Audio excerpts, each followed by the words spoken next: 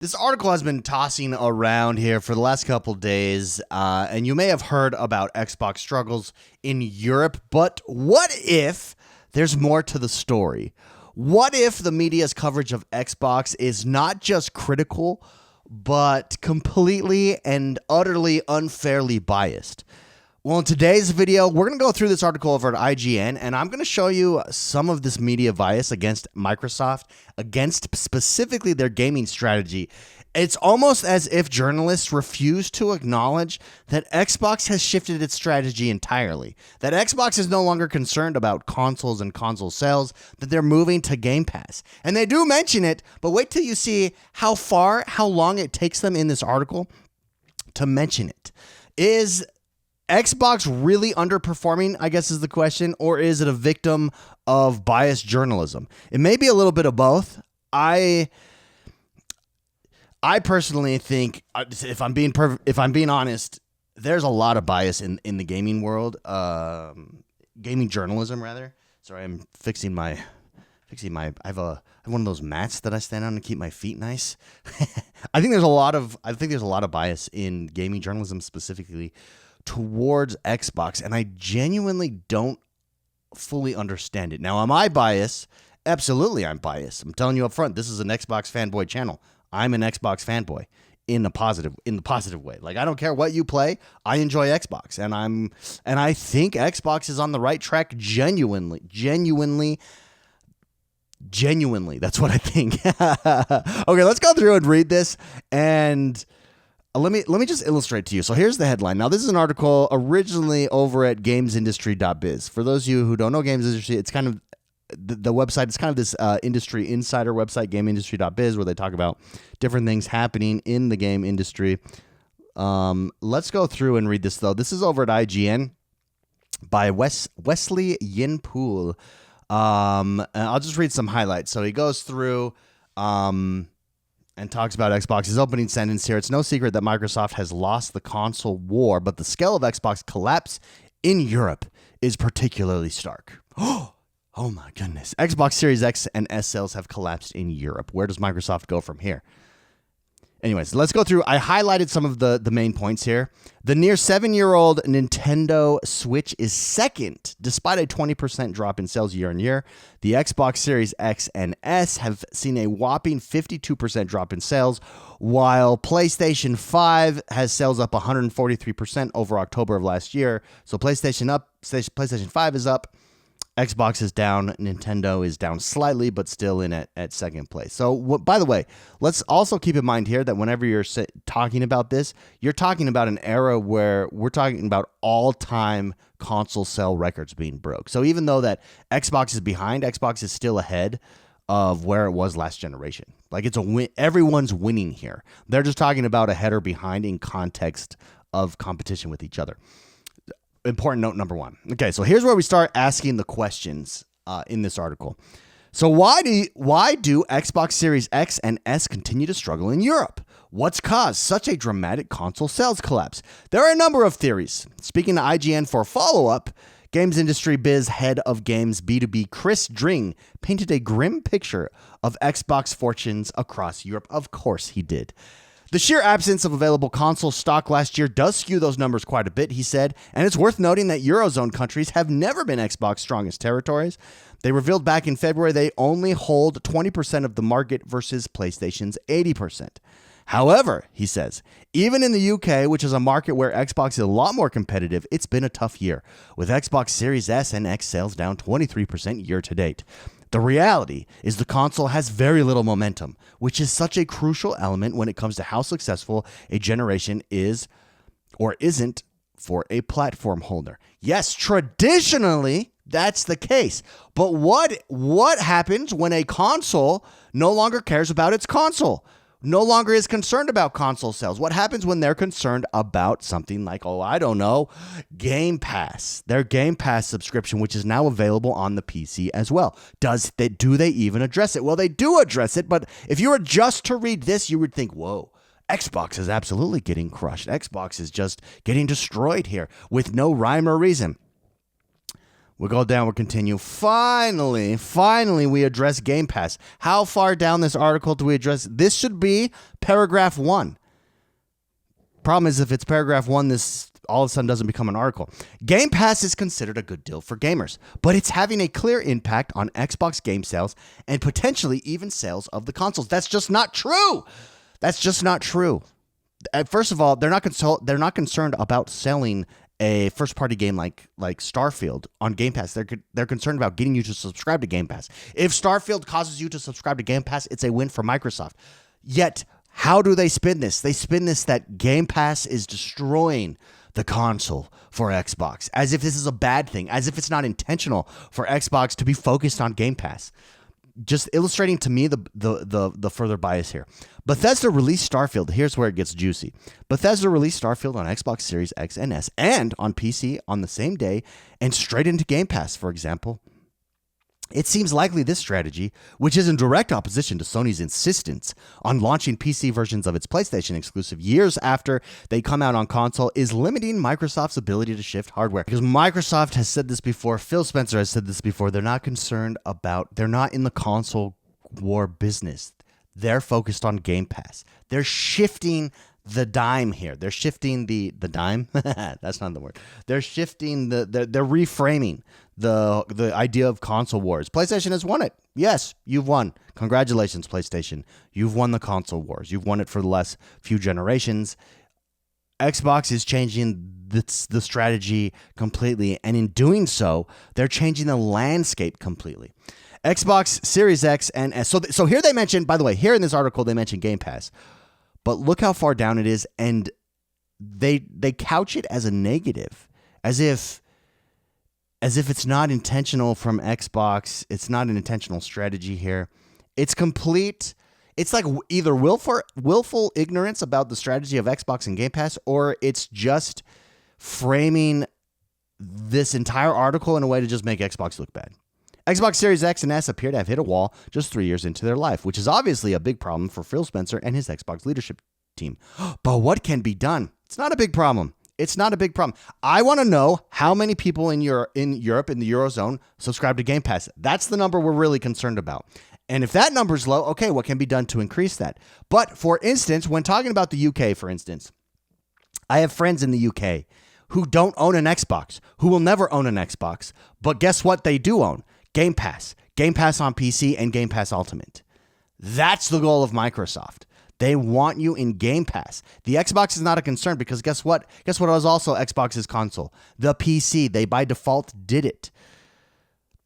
While the launch of these games may help boost Xbox sales, we're talking about the upcoming first-party games from Activision Blizzard and all of the studios here. While the launch of these games may help boost Xbox sales, Dring believes Microsoft will continue its shift away from being too focused on the console, with more energy being spent on PC and mobile. Once again, we are at the end of this article, at the very end of this article. So they spend an entire article talking about how Xbox is getting crushed, and then at the very end, finally, they say, oh, Xbox is actually shifting away from the console. So you want to know this headline should say? Xbox shifts away its focus from consoles to Game Pass. That's what the headline of this could say. Instead, what does this headline say? This headline says, Xbox Series X and S sales have collapsed in Europe. They've collapsed. PC and mobile are dominant platforms across Europe and will be a more effective avenue for Xbox to reach players in this market. With its acquisition of Activision Blizzard, it is now one of Europe's most powerful games companies, just in a different way. I feel like I'm taking crazy pills here. Xbox is now one of Europe's.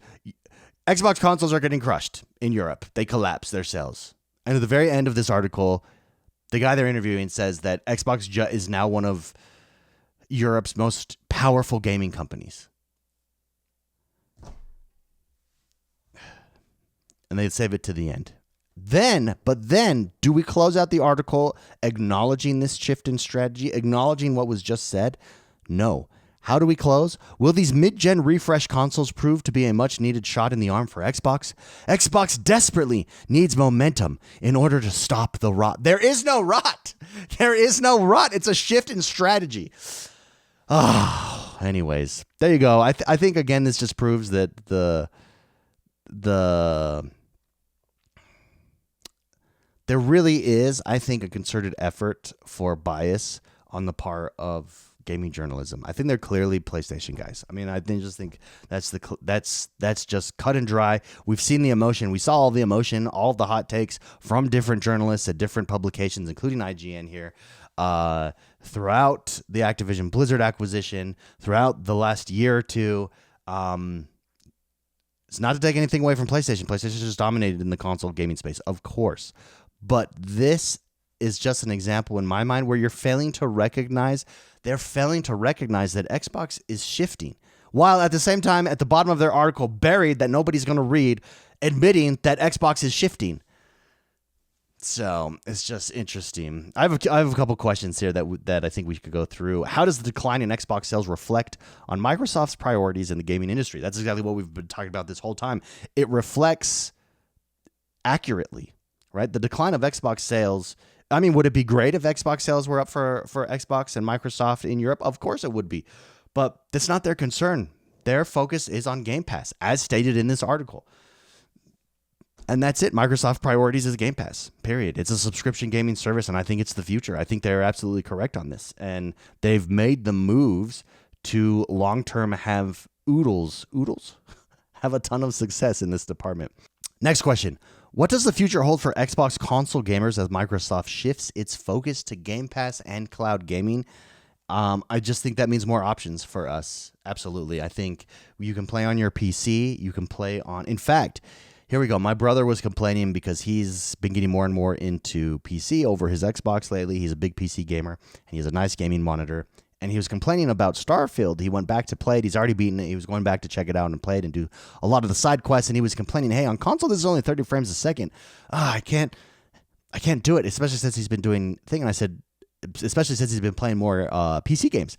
And I said, well, Jordan, just use Game Pass and put it on your PC. And he was like, oh yeah, and he put it on his PC, and he's like, oh, look at these frame rates. So he has the option to play wherever he wants. He has the option to have the convenience to play on a console or to play on his ballsy gaming PC, and that's what he did. And it's fantastic, and I think that's what it means for all of us. And I think that's going to be hard to compete with going forward. I think PlayStation right now has refused. They said in this article they've refused to bring their first-party titles to PC on day launch. It makes sense. If you're the leader in the industry, you don't have to yet. But I think eventually they're going to be forced to make that move as well. It's just going to be hard to compete with. They got to be careful. How do you stem the growth of? How do you compete with the future growth of Game Pass when Game Pass is undeniable? The deal. We know in 2024, Phil Spencer has already said every quarter a giant first-party title is dropping. And once that, and they now have the studios. Once that gets rolling, and the Game Pass subscription model becomes more and more undeniable, how do you prevent that tsunami wave from just taking over and crushing you as a competitor to Xbox? It's going to be very interesting to see what both Nintendo and PlayStation do, how they react, where they go from here. I think having those options for us as Xbox gamers is huge, and is big, and is going to be big going forward. And that example of my brother is just one of many. I know a lot of people who don't own an Xbox but own Game Pass. That's the power of Game Pass right there. Anyways, am I overstating this, guys? Let me know what you think in the comments below. It is IGN. IGN is notorious for coming up with some bad takes on Xbox. In fact, if you remember a few weeks ago, maybe it was a month or two ago, they were listing like top games, RPG games, and they were leaving off Xbox on some of these games. And it's like, well, Xbox has these games as well. So just little stuff like that adds up over time. It's no one thing. And this article, I understand, like, covering, hey, Xbox Series X and S sales are down in Europe, especially compared to PlayStation. But then what they're not doing is accurately framing the reasoning why. They try to. They don't even try to. That's what I'm saying. They have to include this statement down here, bury it. So to say like, well, we did include this. Yeah, but then look at how they end it. So they include PC and mobile are dominant platforms across Europe and will be a more effective avenue for Xbox to reach players in these markets. With its acquisition of Activision Blizzard, it is now one of Europe's most powerful games companies, just in a different way. Then they don't even acknowledge that. Will they close off? Will these mid-gen refresh consoles prove to be a much-needed shot in the arm for Xbox? Xbox desperately needs momentum in order to stop the rot. They have momentum with Game Pass, and they have it in Europe. It's just stuff like that that just makes me shake my head, and there is bias. I believe it. I may be wrong. You may call me a conspiracy theory. I'd like to know where I'm wrong. Let me know in the comments below. Let me know where I'm right in the comments below. Let me know how you think, if you think Game Pass is the correct way forward. If you think that this will cause Xbox to be a powerhouse in Europe, as they state in this article, let me know. Hit that like button if you like this video. Subscribe to this channel if you like what we're doing here. I just like hanging out with you, talking about these news stories, just giving my opinion. I'm not an expert. I'm not a journalist. I'm just a fan. I'm an Xbox fanboy. That's it. That's who I am. So everyone that's about to drop in the comments, hey, you're an Xbox fanboy. Yep, you're right. I am. Like, subscribe, share this with your friends, and I'll see you guys next time.